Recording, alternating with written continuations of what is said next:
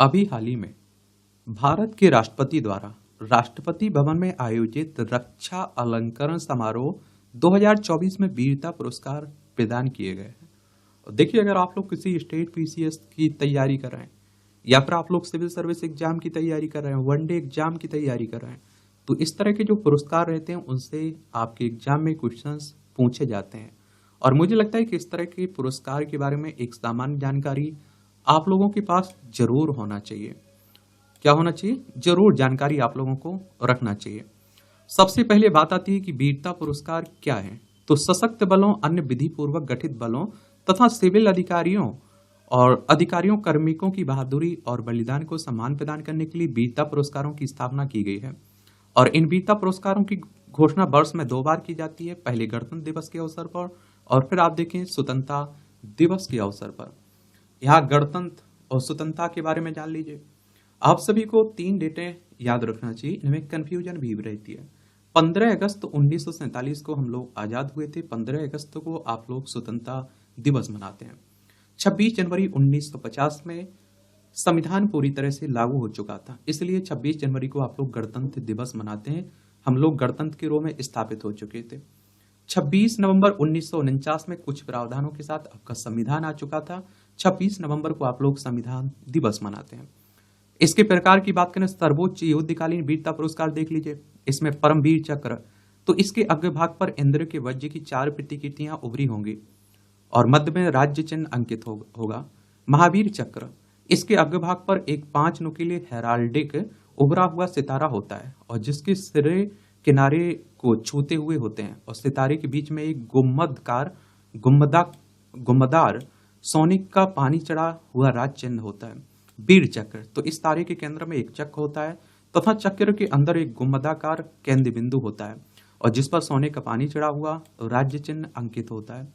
और सर्वोच्च शांतिकालीन वीरता पुरस्कार, तो इसमें अशोक चक्र, कीर्ति चक्र तथा शौर्य चक्र में पदक के अग्रभाग पर केंद्र से संबंधित चक्र की प्रतिकृति उभरी हुई होती है, जो कमल पुष्पमाला से भी घिरी होती है। रिम के साथ भीतरी तरफ कमल के पत्तों, फूलों और कलियों का एक पैटर्न भी होता है और इसके पृष्ठभाग पर हिंदी अंग्रेजी दोनों में संबंधित शब्द उकेरे गए होते हैं तथा दोनों संस्करणों को 2 कमल के फूलों से अलग किया गया होता है। इन्हें आप देखिए, परमवीर चक्र, अशोक चक्र, महावीर चक्र, कीर्ति चक्र, वीर चक्र, सूर्या चक्र। और पुरस्कारों का वरीयता क्रम भी याद रखिएगा। परमवीर चक्र, फिर अशोक चक्र, महावीर चक्र, कीर्ति चक्र, वीर चक्र, शौर्य चक्र आपको देखने को मिलेगा। एक भारत रत्न आप लोग देखते हैं, 1954 से शुरू हुआ था भारत रत्न, याद रखिएगा। पद्म अवार्ड देखते हैं आप लोग। ये वीरता पुरस्कारों हेतु पात्रता और चयन मानदंड क्या है, ये भी देख लीजिए। तो परमवीर चक्र, महावीर चक्र और वीर चक्र नौसेना, सेना और वायुसेना, रिजर्व बल, प्रादेशिक सेना, मिलिशिया तथा किसी भी अन्य विधि पूर्वक गठित सशक्त बलों के सभी रैंकों के अधिकारी वीरता पुरस्कारों हेतु पात्र होंगे। मैट्रन, सिस्टर, नर्स और नर्सिंग सेवाओं तथा अस्पतालों, नर्सिंग से संबंधित अन्य सेवाओं के कर्मचारी तथा उपयुक्त बलों में से किसी के निर्देश के तहत सेवारत कर्मचारी इसके लिए पात्र होंगे। पात्रता की शर्त की बात करें तो ये पुरस्कार थल, समुद्र और वायु सभी तीनों परिस्थितियों में दुश्मन के विरुद्ध की गई साहसिक कार्रवाई के लिए प्रदान किए जाते हैं। परम वीर चक्र, तो अत्यंत विशिष्ट वीरता या फिर आत्म बलिदान के साहसिक या उत्कृष्ट कार्य हेतु प्रदान किया जाता है आपका। और फिर आप देखिए, महावीर चक्र की अगर हम लोग बात करें तो इसमें वीरता के विशिष्ट कार्यों के लिए प्रदान किया जाता है। वीर चक्र वीरता के कार्यों के लिए प्रदान किया जाता है। अशोक चक्र, कीर्ति चक्र और शौर्य चक्र की अगर बात करें तो सेना, इसमें आप देखेंगे सेना, नौसेना, वायुसेना, रिजर्व बल, प्रादेशिक सेना, मिलिशिया और किसी भी अन्य विधि पूर्वक गठित बलों के सभी रैंकों के अधिकारियों, पुरुषों और महिलाओं इनके लिए पात्र हैं।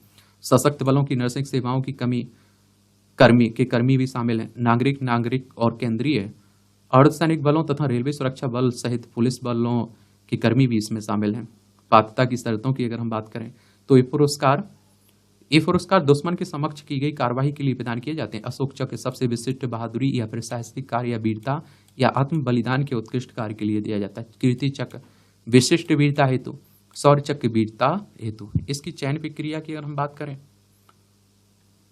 किसकी चयन प्रक्रिया की, तो रक्षा मंत्रालय सशक्त बलों और गृह मंत्रालय से वीरता पुरस्कारों के लिए प्रत्येक वर्ष 2 बार संस्तुतियां आमंत्रित करता है। सशक्त बलों के संदर्भ में वीरता पुरस्कार के मामलों को कमांडरों द्वारा अनुशंसित इकाई द्वारा शुरू किया जाता है।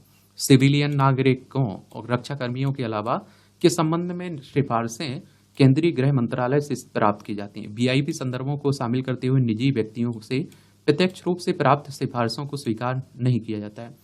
और किसी भी मामले में वीरता पुरस्कारों पर विचार करने की समय सीमा वीरता का कार्य किए जाने की तारीख से 2 कैलेंडर वर्ष से अधिक नहीं होनी चाहिए। सशक्त बलों और गृह मंत्रालय की सिफारिशों पर केंद्रीय सम्मान एवं पुरस्कार समिति द्वारा विचार किया जाता है, जिसमें रक्षा मंत्री, तीनों सेनाओं के प्रमुख और रक्षा सचिव शामिल होते हैं।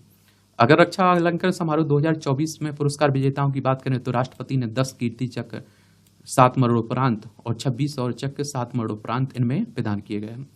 3 अप्रैल 2021 को छत्तीसगढ़ के बीजापुर में माओवादियों के हमले के खिलाफ सामूहिक कार्रवाई के लिए सीआरपीएफ की 210 कोबरा बटालियन के inspector Dilip Kumar, head constable Rajkumar Yadav, constable Bablu Rabha और शंभू राय को मरणोपरांत कीर्ति चक्र प्रदान किया गया है।